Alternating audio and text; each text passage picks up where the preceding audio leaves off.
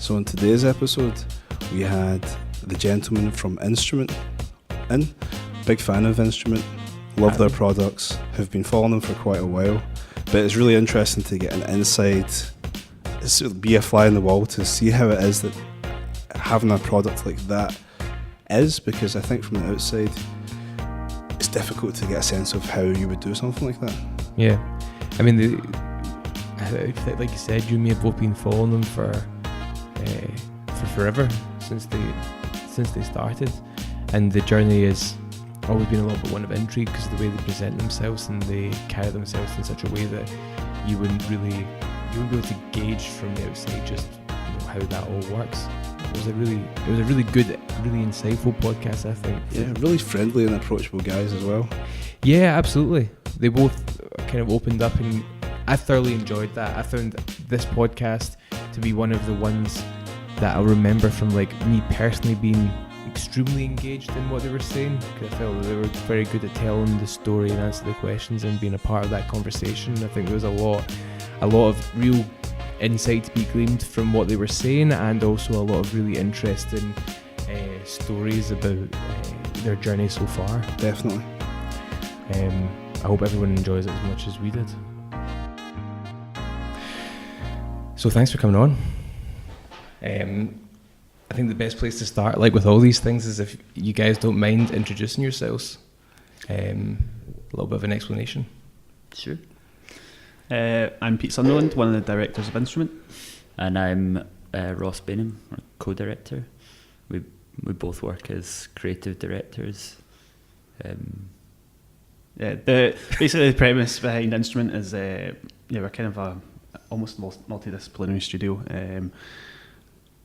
Best known for our watch designs. So we started about 5 years ago, and with a simple premise to make like really high quality kind of personal goods that were accessible to all. We were just out of university at the time, and we just saw there was a gap in the market to create something that was really kind of simple in its premise, like attainable, and that could kind of be like the watch especially could be like worn every day.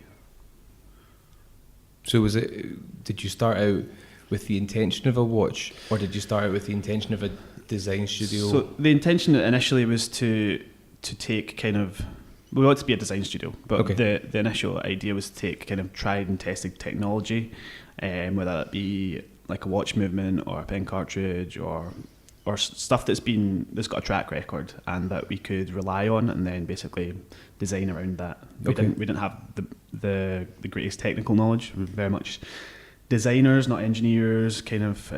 So we wanted to rely on things that we know we could trust, that's got, I'd say, a track record, and that we could basically add value to through our eye of design, basically. Yeah, at the time I didn't think we realised that starting a design studio with one specific product would kind of define us by that product for a long time, which is what it's done. But you also can't complain about that. We are very thankful that people picked it up, and in the early days people were very complimentary and seemed to like what we were doing, and the watch is kind of been the basis for everything that's come since. Yeah, the watch took off, and so we obviously had to commit a lot of time to that. Through refining as well. I mean, it's been a constant process. Even over the 5 years, we're still changing things and updating things. Yeah. But yeah, the idea for the watch initially was it was a thing that we both liked. It was kind of again, it was 5 years ago, so it was very of the moment. When there was kind of, I don't know, you'd say fashion watch brands, and we were kind of maybe one of the first kind of new brands on the scene at the time, and it was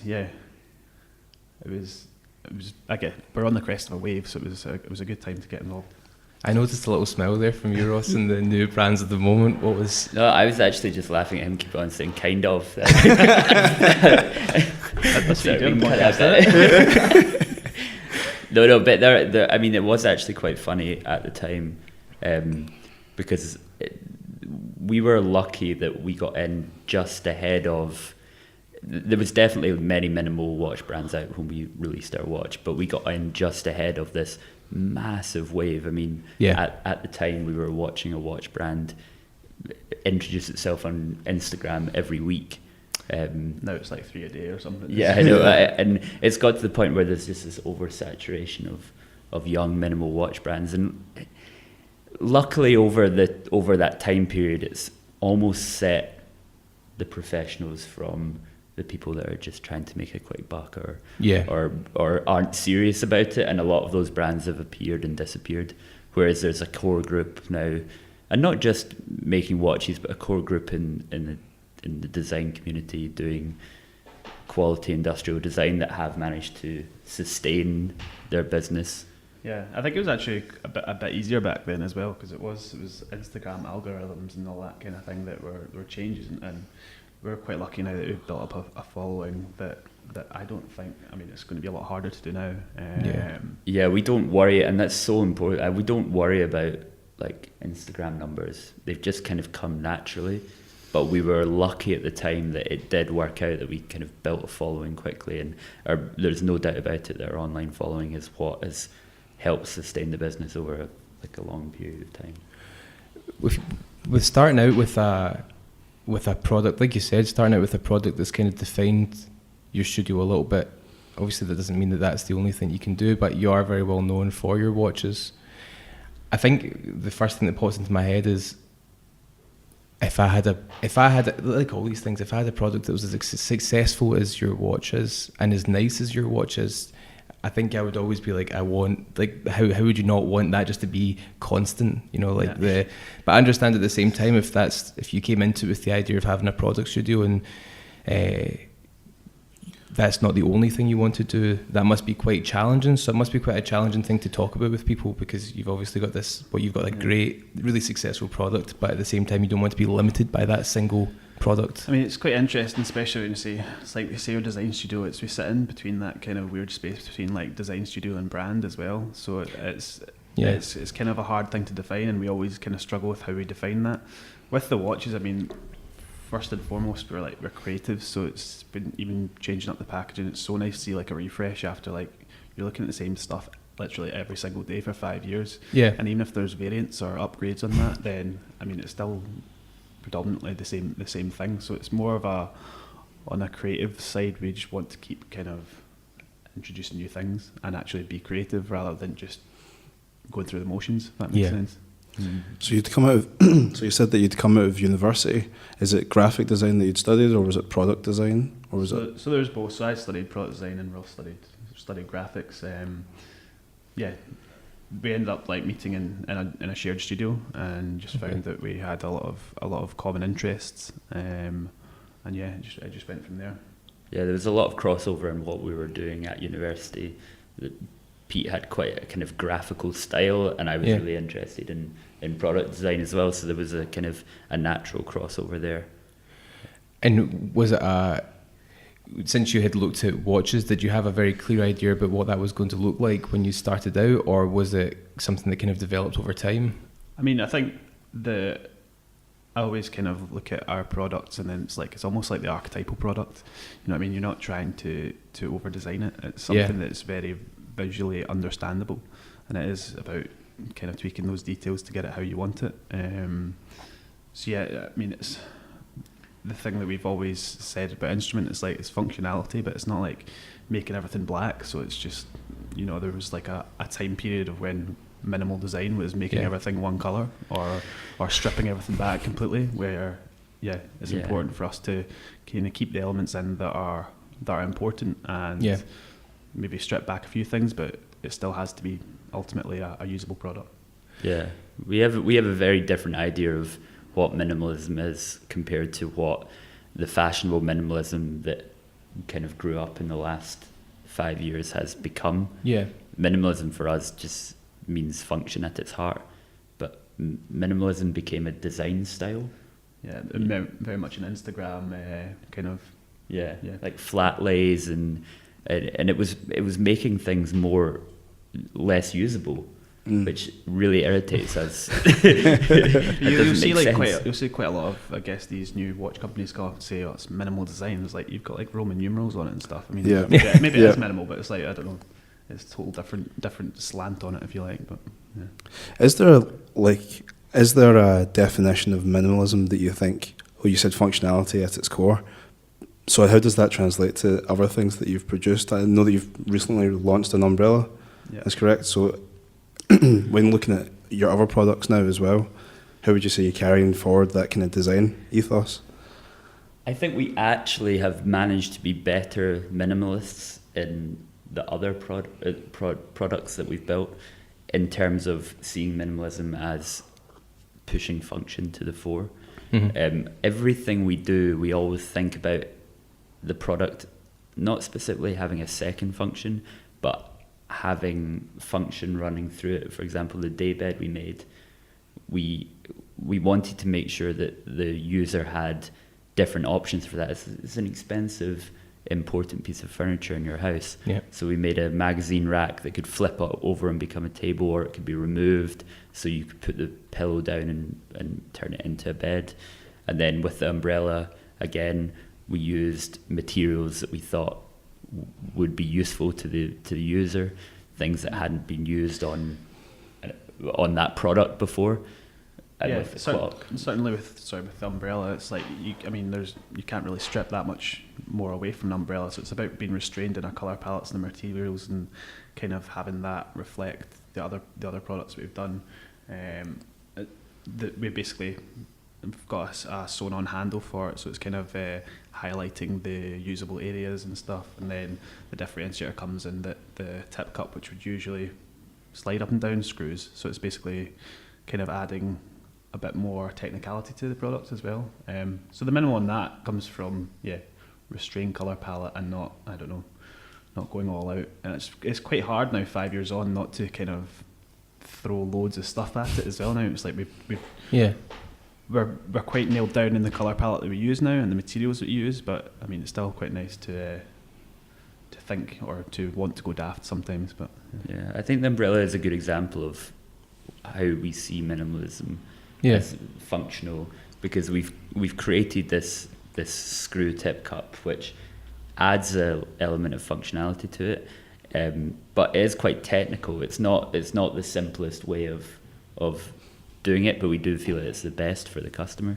So it seems like a minimal product, but there is a level of technicality in there that involves some engineering, which is definitely interesting to us.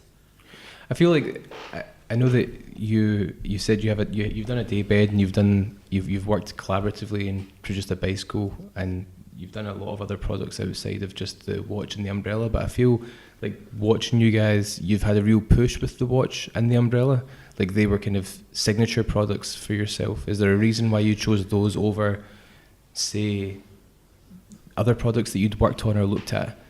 I mean, I guess the simple answer is they're the most commercially viable, I guess. The simple and boring answer is very straightforward. The watches have allowed us to be able to go on and be creative and have a bit of fun. For example, with the daybed and with the bike, it's like, that is the thing that allows us to be able to exist. Yeah, I mean, like the difference is that we made 10 of the bike, and we've made, I don't know how many, 20,000 or 30,000 watches. So the watches allowed the bike to happen. Yeah, so we respect the watches as a thing that allows us to continue as a commercial studio, and they also open a lot of doors to working on much more creative projects that don't need to have like a financially viable outcome. Okay, which is nice. But that's maybe why on social media, for example, we're seen to push the watches and the umbrellas. Yeah, I mean, more. The other thing is like these products are, I guess, what the studio initially set out to do. There was like personal goods, so and also they're a lot easier to ship. So there's the business answer behind this is we can ship and make many of them. Because I mean, you have I think we would have probably started around the same time as when you started, and I feel like we kind of always watched you guys. I know that sounds a bit creepy, but we always watched through the guys from windows and cars, right? Because like you were kind of coming out into a totally different side of the scene from us when we started, and it was kind of like a really nice product to watch kind of come to the market, a nice company to come to the market. But one thing that we always noticed when you started is there was always a really, really clear vision of what you looked like. And even now, I think there's not a huge disparity between when you started to where you're at now from the way that you represent. And it's something that was really, I think, obviously worked to your benefit, but everything that you've done, you've presented it in a way that isn't representative of your size, which I think a lot of people do. Like they start out with a sunglasses or a watch or whatever, and they present themselves like a small company trying to start out with a watch or sunglasses, whereas you had no pretense around what it was that you were trying to be from the get-go, and you presented yourself exactly like that. But the question I have around that is, that must have been quite a hard thing to do from a cost perspective when you were starting out, from a just general making sure that everything was going out in that presentation must have been tough. So can you tell us a little bit about about that? I mean, certainly at the start we were quite lucky with that we had a few resources that we could call on, whether it was photographers or whatnot, or I don't know, model friends, good looking pals or whatever. But yeah, no, it's the style hasn't changed too much. It's actually pretty much the same. The quality is obviously better. The eye gets better. But yeah, I mean, certainly at the start it's kind of it was very much a clear decision that we were setting out whether it was going to work or not. We would set out from the most professional point we could, and act like a bigger company than we were. Like in the early days when we were acting like a larger brand than we were in a kind of experienced design studio, it was me and Pete sitting in the basement of our flat in Glasgow, churning these things out. Yeah. And I think it's actually really important that professionalism is probably what helped us out in the early days. And we did what you said there was something that we've heard from a few people of that kind of thing, like, oh, I thought you'd be bigger than you were, or I thought you were in London. You hear that quite a lot. It's like as if that's like a defining factor, but you do hear that, and it's important. If the customer trusts you, then I think you have a lot more leeway with them, and a way that they can trust you is to believe that you're fully invested in what you're doing with the professionalism and the level of resources you have. That must have been quite because I was surprised, not to put too fine a point on it, but I had no idea how big you were. I had no idea, where you were based. I knew that you were from Glasgow from the way that you'd spoken, and I knew of you, but it wasn't until much later when I met you guys that I realised like where you were and what size you were.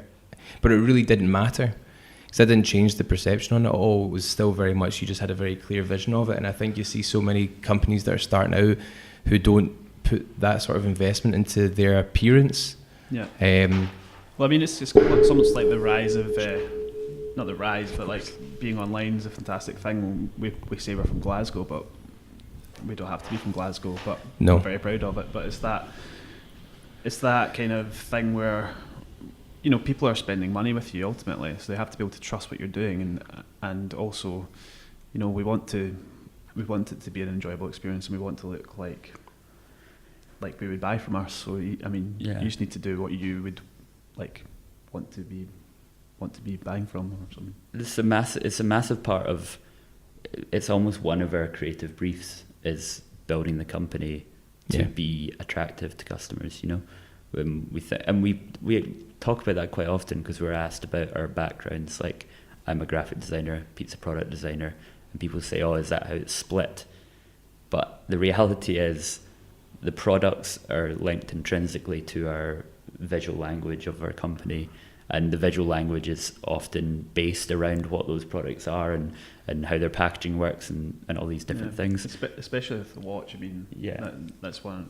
I guess that's why that product worked so well at the start, because there was such a crossover between the two. So like watch dial and then packaging and stuff. So packaging defined us in the early days of this self-assembly piece, which kind of came from almost a branding perspective. Yeah, it was everything kind of works together. So we just see it all as designing the watch is as important as designing the visual language and the way that people perceive your brand. For us, anyway. I mean, that's a huge part, because the box that the watch came in and it being disassembled was really unusual. That wasn't something that I was aware of from anybody else, and it was this kind of really nice experience, because it almost felt more like it gave you a little bit of an ownership to the watch when you first received it, rather than being something that you just strapped onto your wrist and walked around with. It was this thing that you had to, even though not complicated to do, you had to sit down and I don't believe that you included instructions. There's a link to video instructions. We're unsure how many people watch it, but that's kind of fun in a way. That I mean, that's what you do, isn't it? You open a new product and you chuck the instruction manual out and you just have a go at it. Yeah, no one complains. Yeah, certainly at the time we were, as far as we're concerned, obviously you could get a few like different watch options with other companies, but I think we were the first people to have it unassembled like that. Now there's quite a few that have kind of. Yeah, I mean, I've got one on at the minute. I've gifted a few to my friends, and I think just from that point of view, it makes you feel a little bit more connected to the process. Yeah. And I think if you're from Glasgow or even from Scotland, you feel like, oh, this is a company that represents our area, and you want to feel more connected to that. Was that something that you were cognitive of at the time? Were you thinking about that, or was it just this will be quite nice way certainly, to package it? When I was at university, I was really kind of thoughtful about how to get customers to value products more, or the emotional attachments that people form with their things. So it was like writing about like raw denim and how that ages with customer. I was writing about like patinas of leather and stuff. And it's about the customer journey, and the more time they spend with the product, the more likely they are to value it. Again, it's like kind of home cooking as well. Like, may not be the best meal you've ever cooked, but you cooked it, so you place ownership on that. So it's kind of handing over that, the level of ownership to the customer. On a practical level as well, for the packaging, it means we could swap out components really easily. It also means that people can value or can look at each component separately and see how it fits together. And then again, the way that it was disassembled meant that we could package it differently from everyone else. So instead of being a long, thin kind of rectangle, thin watch box, that we decided to spec it so it was a DVD size. So we really like boxes and packaging, so it means it could stack on a shelf. That the box was kind of hopefully a nice, useful and attractive thing in itself. And also, again, a really practical level, we could use like off-the-shelf DVD mailers for our very first run.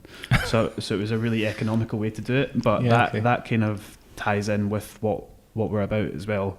It's like the functionality of products can sometimes be like really like beautiful and attractive in its own way. So we try and use standardized sizes for a lot of things, because it gives you a good basis rather than just deciding it's going to be this shape. It's like quite nice if there's already a basis and a really technical basis there.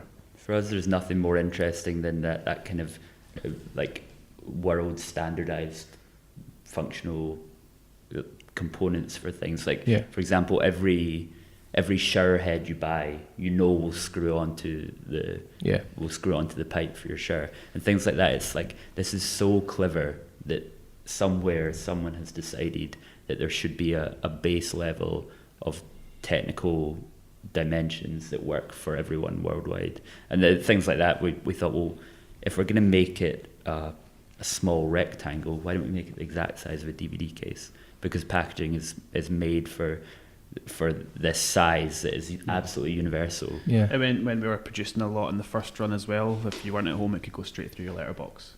Maybe now we've kind of changed off that slightly because you maybe want to place more value on it, but at the time it was a very simple thing to do, so it could just get posted through.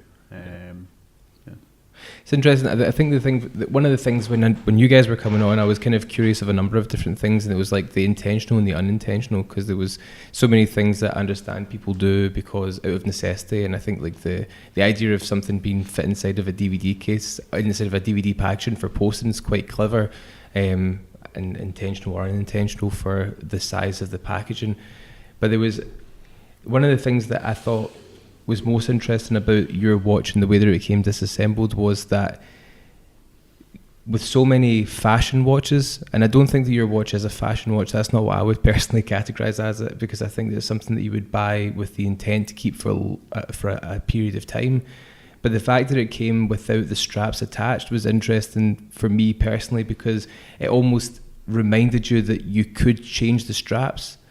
Because I think a lot of the time when you buy a fashion watch, like as soon as the strap deteriorates, it's like, that's it, it's done. But there was almost like an intent of you can take another strap and you can replace it if it wears down. Yeah, I mean, with most watches that you get, they're obviously shipped with the strap on. Yeah. And when your strap breaks, you have to take it to a jeweler and get that strap changed. But actually, the process of doing it yourself is quite simple if you have the tools and the knowledge to do it.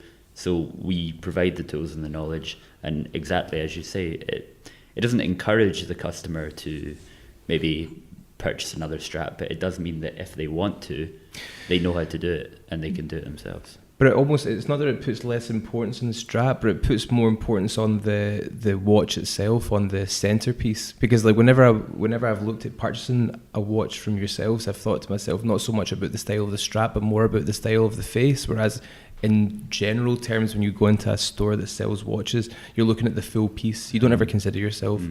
That's now not the case, but 5 years ago it was certainly the case. I think more and more companies are taking a cue from that sort of choice. Yeah. But it was something that was there an intention behind that? Do you think to yourself, we kind of want customers to change the straps, not to sell them more, but to... No, it's certainly, I think at the start, I mean, people want to have a choice, but we don't want them to have the full choice of everything in the world. You know what I mean? There is edited options because we think that is the best option. But also we want to give people a choice. I think initially there was an idea to have, I don't know, more of a kind of customizing option, and I think that maybe will come. We've discussed that at length. The idea of it's like a Nike, not a Nike ID, but it's like kind of that. Yeah, there's something nice about giving the customer. Again, it's almost like a very technical thing that you give them control over, or some kind of leverage in what they want to own. It's a bit like putting it together, you know. Yeah. But that's actually it's sad in a way. But we've talked about this for many years. But from a practical standpoint, it's been extremely difficult. Just with like how you buy stock and like making sure that you can buy in the right numbers and display and I think the way that you've got it at the minute is probably as much customization as you probably feel comfortable giving as well, because there's a level of you want to put the right combinations of things together as well. Yeah, I mean, we do say to customers, if you want a different option, then email us, and I mean that personal interaction is quite nice. Yeah. Maybe if we can make that slightly more simplified, then it'll be good. Yeah. We get that more increasingly. Yeah. I think as we've got older, as well. Yeah. I think it's interesting because you're a well-established company. You have a product that is successful and you have shipped a large number of units, but yet you're hesitant to do customization options because logistically it's a complex movement to make. And when you look at new companies that are starting out that don't have any foothold in the industry at all, who offer every customization option, every single time I see things like that, I'm like, you can't possibly be doing this. I know that you can't be doing this, especially if you just look a little bit behind the curtain and you're like, I mean, you can't possibly make that work. It's absolutely mental. Either people have got a lot of money or they're not a lot of sense. So it's like we see it a lot, and anytime we see it, we always, I mean, I feel bad saying it, but we always have a little bit of a chuckle about it when people are offering like 8 different dials and 20 different straps. You can have whatever you want. It's like that's unsustainable. Yeah, you do. I'm saying you want to offer a level of customization, but you don't want it to also be confusing as well. You're like, there can be too many options. Yeah. It's nice if you can offer maybe like 2 or 3. And saying the strap color, maybe that's quite nice. If you do like a seasonal collection, you can choose from this season's offering or whatever. You also do lose your brand identity by if you give the customer so many options that they can create terrible things. Yeah. You're really putting your brand identity in the customer's hands, which is not always sensible. No, I mean, when Nike do it, it's Nike, right? Yeah. So Yeah. Well, I mean, that's the thing. It's like, again, from such a practical point of view, we're like, how would we even do this? You're like taking photos of every single thing, and then there's the continuity with that as well. It's like even offering this to a way that looks presentable and professional, rather than like some weird, like you can see the cutouts or stuff. So yeah, we're finally 5.5 years in, moving into creating our products digitally. And the reason, well, there's been a few reasons why we haven't done that so far, but one of them is that you really want to show the product properly, and we haven't found a digital solution that has worked well enough to this point. But there is now. Technology has moved on so much in 5 years that it's basically photorealistic rendering. So you mean in terms of the way that you present it in your photography, in your... Yes, we're going to do product renders, and then and instead everything is photographed now, and it's good because it gives you, well, it can give you a very good representation and very good lighting of what the product is, but also it means if you introduce something new, and like one new watch, one new change, you have to photograph everything again. And we're not talking about creative here, more this is just the practical side of product. Yeah, just product photography, like straight up, front ons, side ons. Yeah, we find ourselves normally shooting like once or twice a year to redo every single product, because you want the continuity. So the minute you introduce something new, then you just have to shoot everything again, and that becomes exhausting. Yeah, for sure. And also, you the more products, then the more cash it is. You know what I mean? It's like, so if we introduce a new product, then it's even more cash than the last time. So it's just like self-perpetuating nightmare of product photography. Yeah. So do you have an idea of where the studio is going in terms of what you want to do next, or in the horizon? I know we get asked that question quite a lot, like what's your 5-year plan? But I imagine you have an idea of, there's an arsenal of stuff that you want to do. Yeah, so I mean, as far as the product range we're going to do, we just are about to kind of release the mechanical watch that'll be coming out just for Christmas. So it's a totally different market for us as far as the watches go, totally different price point. So the quartz watches are obviously the original, that's like price point's 180, and then the mechanical watch is like our take on a dive watch. So that's going to be like 595 or something retail. So there's that, which is a massively different market for us. No, it must not only be different from a marketing perspective, but technically from like a complexity perspective, that's quite a shift. It definitely is, and it's as far as the customer, it's more a shift for the customer rather than for us, I'd say. Okay. So obviously the customer is kind of living with the product. It's a service rather than a battery change. You know what I mean? It's a big investment from them on their side. It's like £150, £200 for a service of a movement. Whereas it's £10-15 for a battery change. So yeah. But it's worthwhile because it can. They can both last a lifetime. But a mechanical watch is a generational. Yeah. And again, from a functional perspective, when we started over the last couple of years researching and developing our ideas for a mechanical watch, you realise the functionality of how the movement works and how that technology has not really changed for 400 years is so impressive. Again, that's quite exciting to us. But as Pete says, it's completely new we will gain a new customer base from it, of customers who are already deeply in the mechanical watch world. Yeah. But we will also be introducing our core customer base, Instrmnt customers, to mechanical watches, and I think that will be a real learning curve for a lot of those customers. And a lot of questions. Questions. I mean, that's the interesting thing for us. When we started out doing the quartz watch, we designed for ourselves. It was like, we're designing for us. We think we've got good enough taste, and you have to kind of stand by that. You're hoping now that your customer is older and has grown with the company, and you're older, so it's almost like, okay, they like the quartz watch 5 years ago. Maybe they've got, I don't know, they like the brand enough now to invest in a more expensive product as they are older and as you are older. So no, I would agree. I think as well, if the base is probably around the same age as all of us in this room, and you start to think about things in a longevity perspective rather than a momentary perspective. Like when I was in my 20s, I would look at buying something and I'd think about what that would be representative of right this moment. But whereas now I'm thinking about purchasing things that, how will this look in 20 years? And and I think that's a customer shift as well as a but it's personal nice. shift. It's like a societal shift.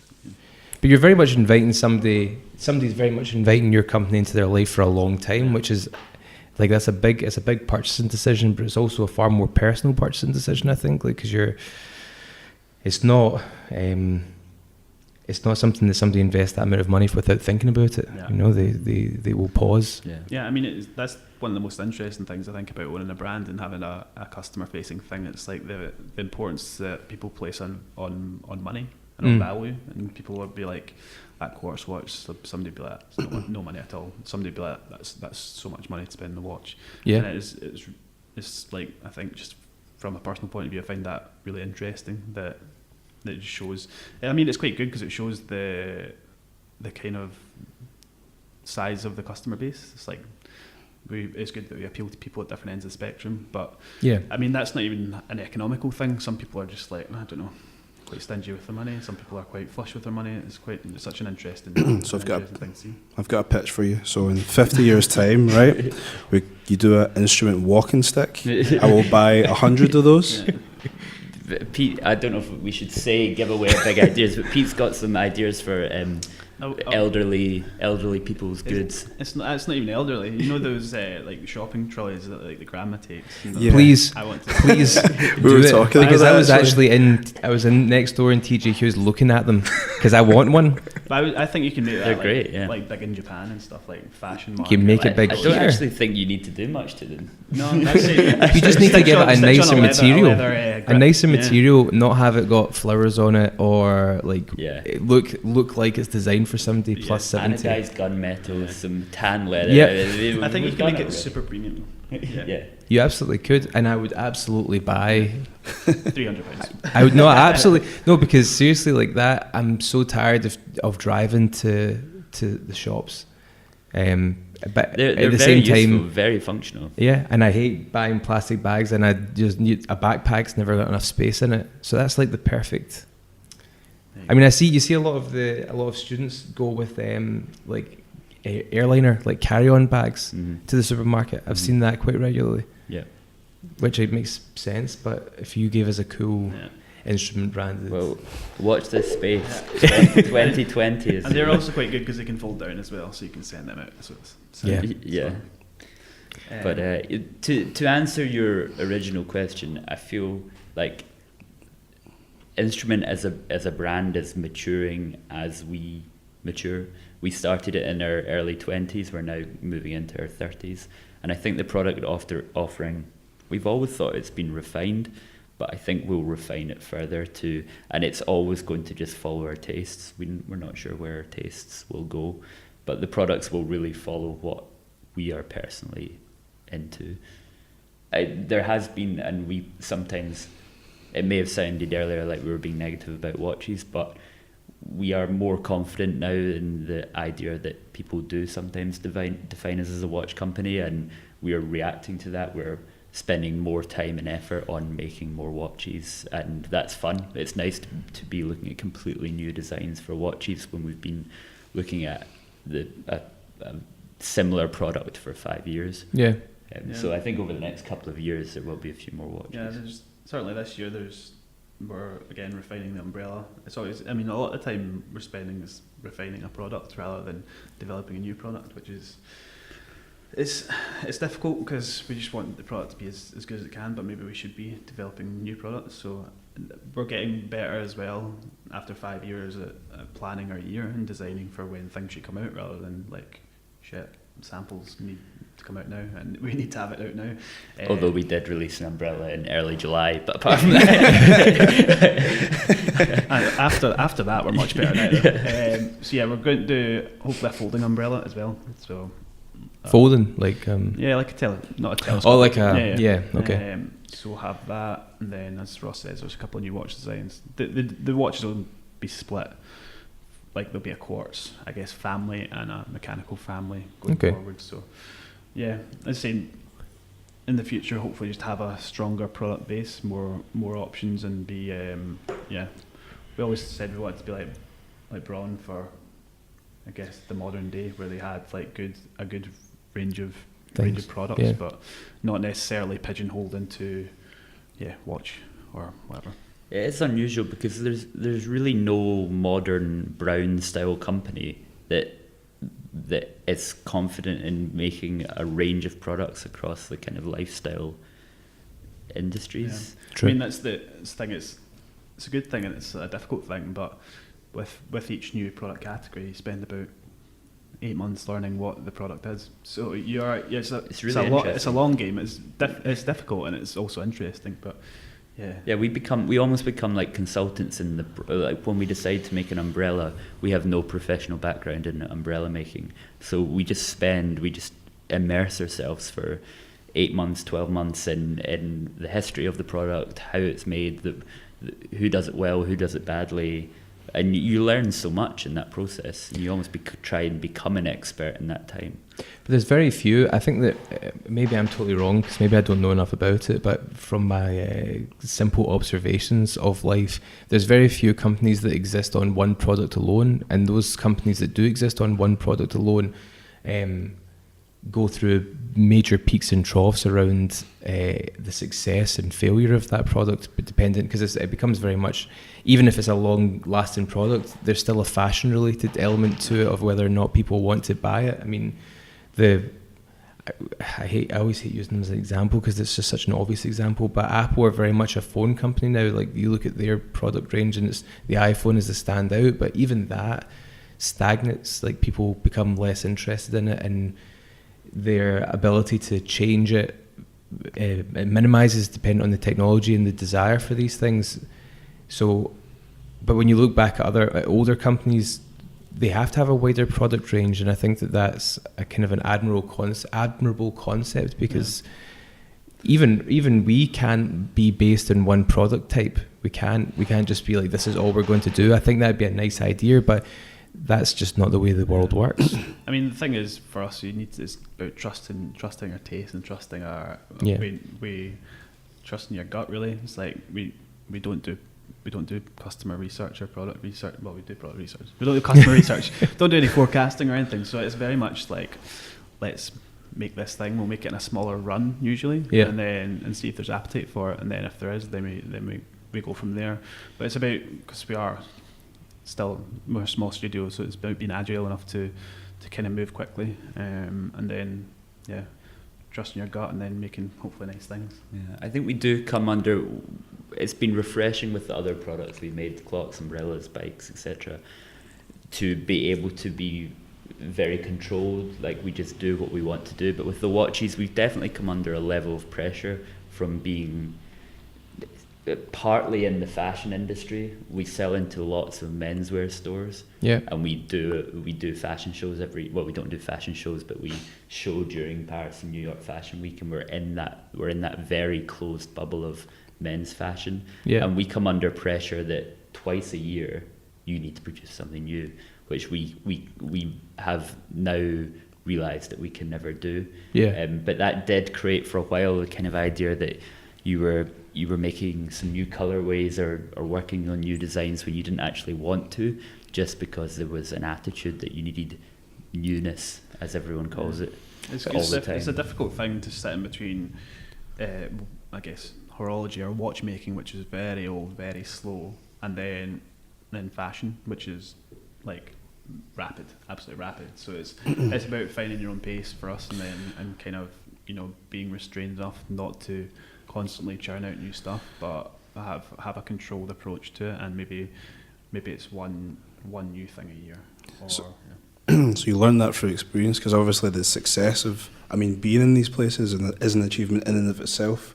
So wanting to keep up with the demands of that industry, is that something that you learn through the process of doing it? Or I think it's both one thing that we're such a small team that we can't constantly do it, and it's also about now that we have an idea of how how the industry works, that we can trust ourselves to say, no, actually we're not doing that. And if that means you lose some retailers, then that's fine.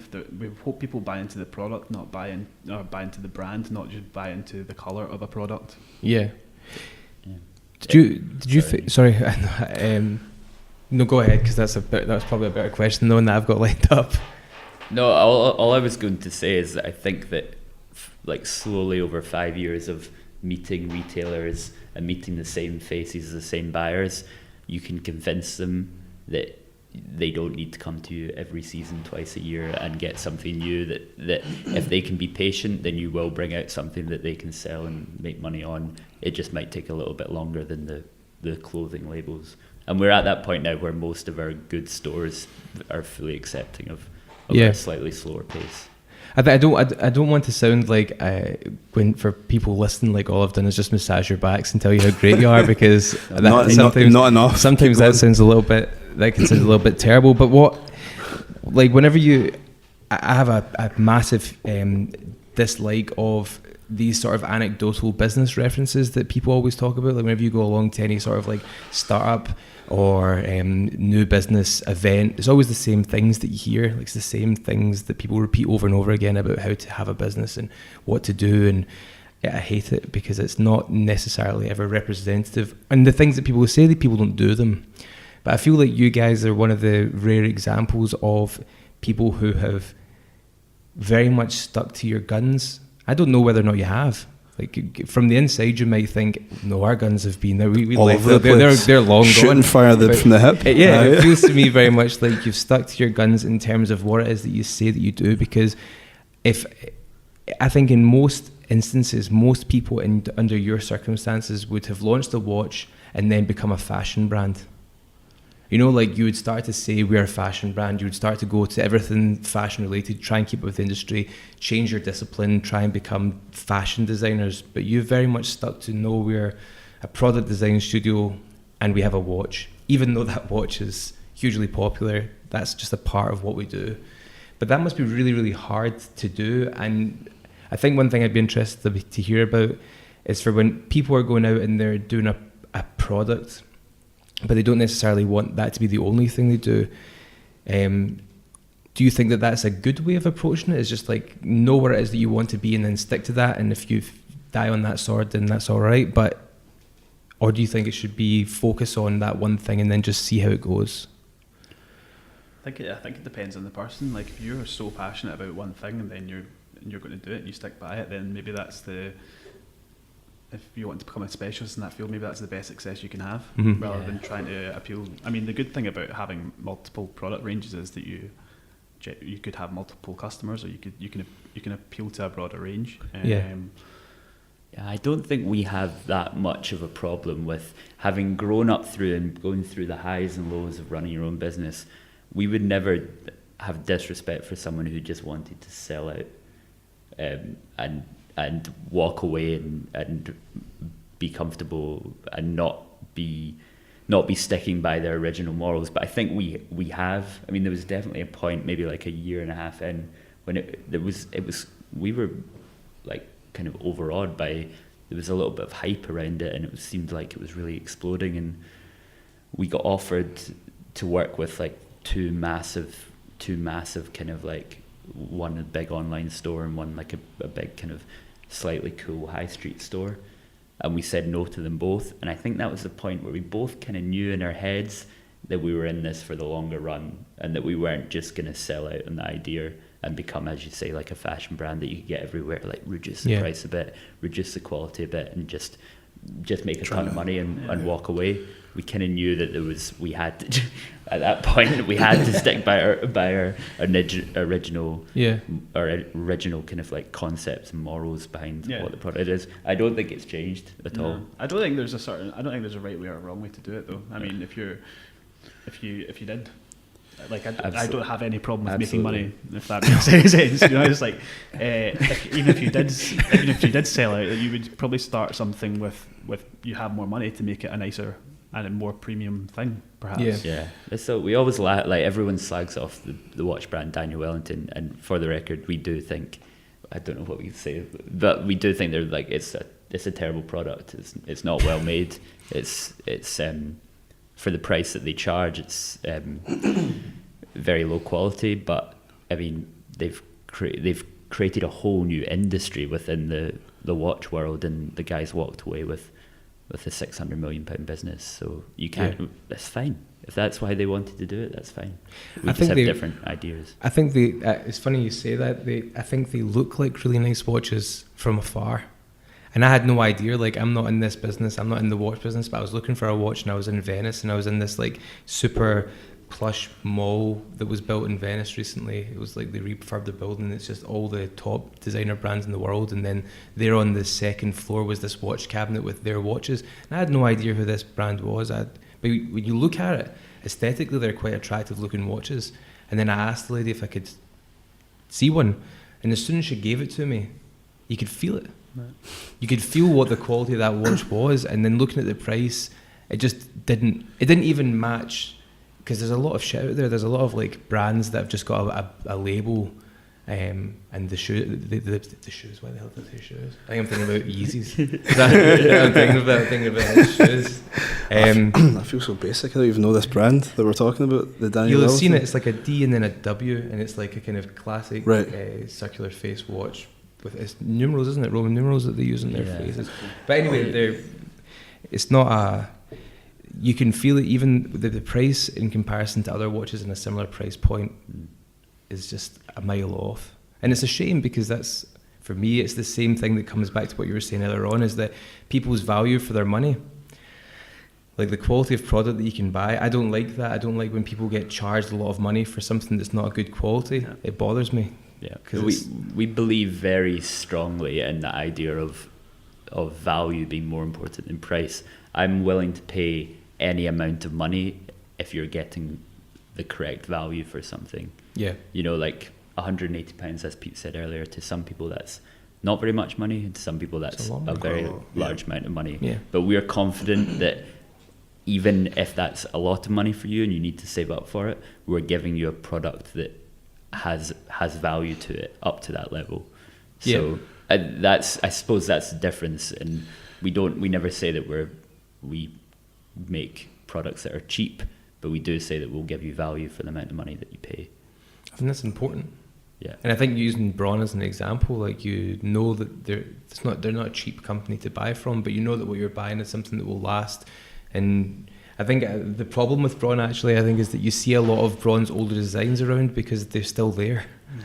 Like, when you see their older products, you still see them in people's houses, and a lot of people associate that with an old-fashioned design because they see it in people's houses. It's been there for 20 years, and it's very hard to buy new from them. Yeah. No, I was just going to say, I think an important distinction that you made, Pete, was that it's from the outside looking in, it's very clear that it's the product first. Like, you two obviously care about the things that you're making, and the brand is like a secondary effect of having a good product.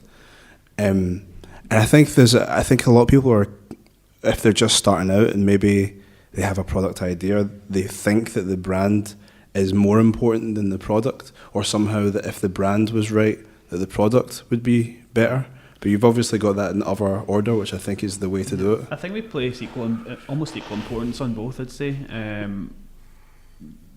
The branding is very important. The branding is not just, the branding is almost like the Instagram and the packaging and everything. It's all encompassing, and it is the product as well. But yeah, it's almost like they're all one thing to us. Right. I mean, and it's interesting because you can go the other way and be successful, but that would make us sad. You can create this like amazingly hypey, well respected brand, and I'm not saying that this is the case, but a brand like Supreme kind of sums that up. Like, I'm not saying the products aren't quality, but if they can sell a brick for $120, then that's our Supreme collab out the window anyway. But don't worry, they won't be listening to this. It's fine. But you can go that way. You can just spend all your time in the brand and forget about the product. But we don't think that's sustainable. We think if you're making a quality product as a basis, then you can get the longevity, and you can spend equal amount of time on brand, knowing in the background that people are getting something that, as we said earlier, that has value. I mean, hopefully that is what a good job is, that they are intrinsically linked and that you can maybe see one in another or vice versa. So, I mean, that's probably quite a good thing about having two people, one keeping an eye on one keeping an eye on another, but then also linking over. So, again, another question around intentional or unintentional, but you've obviously used the internet as a platform to be able to sell your products very successfully. You have a store, obviously you have physical premise, but the majority of your sales, I presume, come through your online store. Yeah. But you're not, I wouldn't say, and tell me again if I'm wrong, I wouldn't say that you were at the forefront of digital when it comes to how you sell your product. That's not, and the same with your marketing. I wouldn't say that you are, I wouldn't say that you're not good at marketing. You obviously you are, but you don't come across as a company that's marketing. Yeah. Whereas a lot of companies, and I think that's actually played in your favour quite heavily, because I struggle at the moment to tell when I see an advert whether or not it's a good quality product or whether or not it's just like a fad and a high price range. Well, I mean, a bunch of people buy it. I guess it's all about money, isn't it? It's like if you like maybe we'd be amazing at marketing, and if we you have to choose what you spend your money on, and that's the interesting thing. I think it has worked in our favour that, one, we're not very good at marketing. I think we're good at like branding and selling the product, but I don't think we're good at like marketing a business. And two, we almost find it a little bit cringy to do it. Yeah. And a lot of the things that, like, we've been to things in the past, like marketing workshops. Maybe we've got like through links with. I probably shouldn't say, but we've been at marketing workshops before. Yeah. And you're getting somebody who's probably amazing at marketing. Like, they really know how to market a company, but they don't know how to market our company. Yeah. You know, we know our customer, and we know what they'll think is like embarrassing, or what they think. Well, like what they think might be a seller or something. You don't want to be too try hard. I think that's what in the brand. It's like you don't want to be absolutely putting yourself out. It's like everyone's always like, put a call to action. It's like you can't do that all the time, and you don't want to. We'd rather like have a bit of content that was like, I don't know, either technical or engaging, rather than be like, buy this watch. Yeah, we were arguing about that with we put an advert in a magazine last week, and we always just put like the least amount on as possible, because we think if you find a page in a magazine that's like, you're kind of you're like, what is this? It's like an unusual picture and a brand name, and we put under it like our 3 coolest stores that are available here, kind of thing. And we were like arguing with the marketing company that place ads, and they were like, oh, you should have like a call to action or a discount code or something. Like hyperlinking it, like just like. We're like, with no. the magazine in it. It's like, if someone's interested, they'll Google it. They'll Google the word, and they'll find it. It's like you can't click on that link either. So have you ever seen that? You're going to start the Google, and you're not going to be after that. It's like Google's giving you the suggestion for the website. You're not going to go past that and then go and like enter the last digits at the end of the hyperlink. I don't think I've ever looked at an ad in a physical magazine and then typed it in on my phone. The web address. You're going to get it wrong anyway. Yeah. If we followed like every marketing expert we've spoken to over the last 5 years, then we would be an absolute mess online. So we because we're bad at doing it, it's worked in our favour, because I think it's so pleasing to hear that you think that we're not overtly marketing ourselves. You know, we're just trying to show what we have, and if people want it, they can have it. If they don't, then at the start as well, we're always like, we don't want to be another Instagram watch company, even though there is Instagram and there is watches. We don't want to be like defined by that, because you can get so heavily marketed to on that, and we want people to come and find out about the story maybe through another channel, rather than just seeing a product. So it's I think a good example of how bad we are at digital marketing is like all of our PR companies, or anyone we've worked with in the past, always talking about gifting for influencers, and we've never done that properly to like the stereotypical Instagram influencer, which we're so happy about. We've only really given them to our friends, maybe like guys that have got a good following and we like their style and stuff. We gave a watch to Kevin McLeod from Grand Designs just because he really liked watching Grand Designs, and he'd never been gifted anything in his life, and he wrote us he wrote us a handwritten letter back, being like, "This is beautiful." He actually wears it all the time. Yeah, it's just cool. I mean, unfortunately, he's now embroiled in going through the courts for so that didn't work out very well. And he's wearing the watch in the picture, so that's fantastic. But he's never been gifted anything, but he's taken many gifts.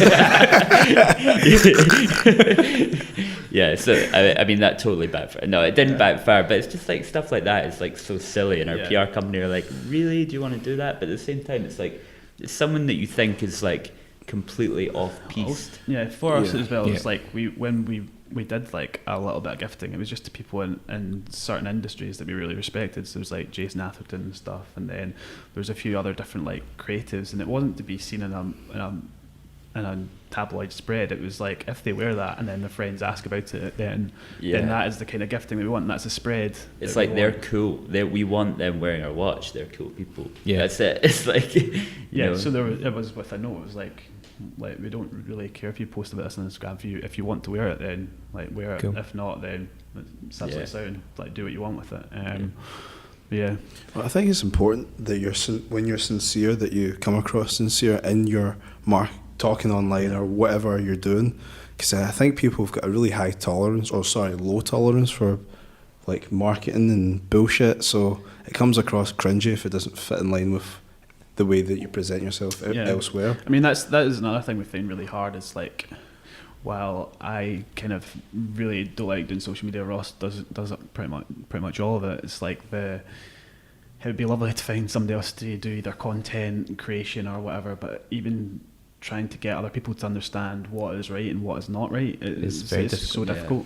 Yeah. It's so difficult. It's the big thing for me is that it's like this. It's like a ginger child. You don't want to give it away, but you don't like it. You know. It's like. We're trying to say very different things. It's a ethereal thing, and you're like, it's a ginger kid. Right, I'll start again. We can cut out it. But no, but it's like this thing that I come into work every day, and I get this like fear inside me because I'm like, oh, I need to think of something else to put on social media. Yeah. And make it interesting, make it fresh, and write something interesting. But at the same time, if you then give it away to someone, you look at what they're doing and you're like, oh, I hate this. Your tone of voice is wrong, or he's not got it. Yeah, I mean, even though some people have, like, I think we tried previously, people have got really good taste, and it's just like slightly off. You know what I mean? It's like even we've had like when we used to work with a PR company and stuff, they would try and write a thing for you, and you'd be like, nah, it's not there. Yeah. So it's a very difficult thing. It's so important because whatever you say, like, sometimes Instagram is the only way your customer keeps in touch with you. So if you've got the tone of voice wrong, or if you seem to be, if someone does something, one thing can put people off, can give them a bad taste in their mouth about what you've become or what the direction you're going in. Yeah. So it's tough to give it away. I'd love to give it away. It'd be great. We will one day. It's one of those unfortunates as an evil that you don't really want to do, right? Mm. But I mean, it's like it's very important for the business, but also it's not like I'm just saying like a good hire would be something to that, but it's not like maybe it is a full-time job, but we're not that invested in it that is a role in itself. It's kind of hard. You want to have like content creation, and then the same person doesn't have a good eye that has like a good tone of voice type thing. It's like these people don't exist. No, these ginger children. Do you see, for people because I think one thing that we're noticing is that maybe it's just the crowds we run in, but we see less products and more people focusing on doing digital products or digital services, and I think people doing products is a really cool thing to do. So see if somebody out there was interested in doing a product, if they had like an idea, what would you suggest to them be their first steps, because is it a case of, do you get it made first? Because with digital, it's always a thing of, do you build it and then present it to people and try and have people using it and then try and seek investment or refine it? with products, what do you do? Do you try and build it? Do you come up with the idea? I mean, obviously it totally depends what it is, but it's very easy to prototype things to a level where they are functional but not expensive. You know what I mean? Okay. It's easy to 3D print something rather than to pay for plastic tooling costs or whatever. I think that is even in the time that we've been around, that's got easier and easier, which is nice. Yeah. It makes sense to make something physically. Yeah, I mean, both for, I think if you're doing a product, you need to have at least there needs to be some level of the product there. You know what I mean? Yep. You can't sell an idea of a product. So, yeah, I think it's important to have a physical thing. But again, it depends what field you're in. There's some things that are so like truly functional that maybe there has to be like a case study done on whether that is like feasible. Whereas for us in design, it's like whether that is, I don't know, aesthetic and functional. Okay. So yeah, I guess it depends what market's in as well. Yeah, I mean, we do talk. I think that idea of creating something is so important, because we talk a lot about how everyone sits in the pub and has an idea and pitches it and says how good it is. Yeah. But it's not until you actually execute it that you know if it's going to work or not. It's not about the idea, really. It's about the execution of the idea. No, yeah, you're right. I mean, there's many granny bags. There is many granny bags that have never been made. Yeah. By the way, so Plenty of many granny bags that have been made. Yeah, and they shouldn't have been. and they're all in TGUs. But it's true that, yeah, I mean, that's very important for us. And anyone who emails, we get emails all the time from people being like, oh, I've got this idea or this or that. You kind of need to, well, the thing we often say is like, send 50 emails, you know, like. Yeah, a lot of, even with new products we do, is like, maybe the design's not even done yet. You're just opening the dialogue with a manufacturer, and then that'll help inform your design rather than you going down this alley that's totally wrong way. If you speak to a specialist in the field, then they'll ask you questions, and then that'll lead what you have to do at the start. So start by talking to people. Start by talking to people in the know. Just I funny. think so many things we've done recently have those conversations with the feasibility of manufacturing and different materials you can use do start informing the overall direction. Yeah. That you go I mean, in. if you speak to manufacturer and straight off the bat they're like, we need 1,000 pieces and they're all what, 50 quid or something, and you'd be like, well, okay, there needs to be a different way to do it. So yeah, those early conversations are probably one of the most important parts, because there's no point in you developing a product or that will be manufactured using a certain process, and then you find out that you can't afford the process. So yeah. That's us approaching we're past the end, but I did want to have one question I wanted to leave with, because I'm curious. But we both recently bought bicycles. We bought Bromptons, and every day I look at it, and even when I'm not using it, it makes me happy to look at it, because I think I like it. I just like the way functionally when it sits there, where it hides underneath a console table in my house, and then when I unfold it, I like it. So I'm wondering, as two people who make products, what are products? What's a product that makes you happy when you look at it? That's not your own, because obviously I'm sure your own watch makes you happy when you look at it, but is there anything out there that you, when you look at it, that you own, that you're like, or that you don't own, that you just like? We'll probably both say the same thing for a few of them. But I mean, Vitsu's products just, I think, give us both this like feeling. It's almost like it's annoying that we don't run Vitsu. Yeah. I mean, the modularity to that is unbelievable. The shelving system 606, it's really beautiful. We've got it in our studio. The fact we can add bits onto that, and yeah, that'll again grow with you and live with you. For me as well, I've got a set of air-cooled dining chairs, which are, I think, appealing to me because they're maybe one of the few things that I own that are actually wood. And that is, rather than, I don't know, still quite young, so not IKEA furniture shit, but it's actually like solid wood. Yeah. So it's quite a nice thing. And also, one thing that we did do is day bed, so that's quite nice to have. When things are made out of wood, they have a bit of soul to them, but it's a material we don't really use too much. Yeah, Charlotte Perriand furniture from the 1950s and 60s, she made these beautiful day beds, and it's almost nice that we've made a piece that is using the same kind of materials, and it's not maybe visually the same, but it's got similarities in terms of its functionality. And I think a lot of, I mean, Ercol sums it up really, but a lot of the extremely high quality, heavy wooden furniture from the 50s and 60s, we look at and think, wow, this was like a really great time for design and manufacture of products. Good answer. Perfect. Thanks a lot. Nice, Thank great. you.